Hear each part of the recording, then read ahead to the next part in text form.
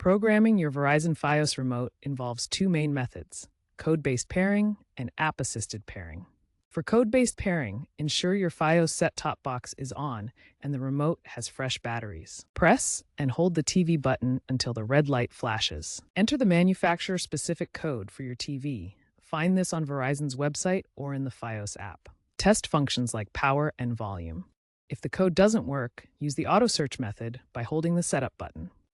Newer remotes 2023 Plus support app-assisted pairing. Download the Fios app on your iOS or Android device. The app will detect nearby TVs and guide you through pairing wirelessly, often without needing codes. This method is faster, typically under 2 minutes, for compatible TVs with HDMI CEC or IR capabilities. If pairing fails, reset the remote by holding the setup button for 5 seconds. Common troubleshooting issues include code incompatibility, especially with newer OLED or QLED TVs.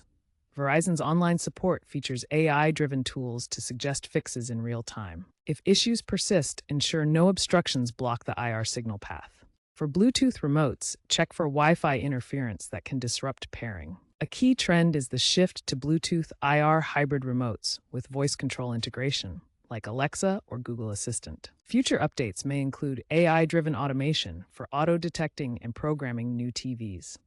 Consider cybersecurity risks from Bluetooth hacking. Keep your Fios app and remote firmware updated for latest features and security. If all else fails, contact Verizon support for model-specific help.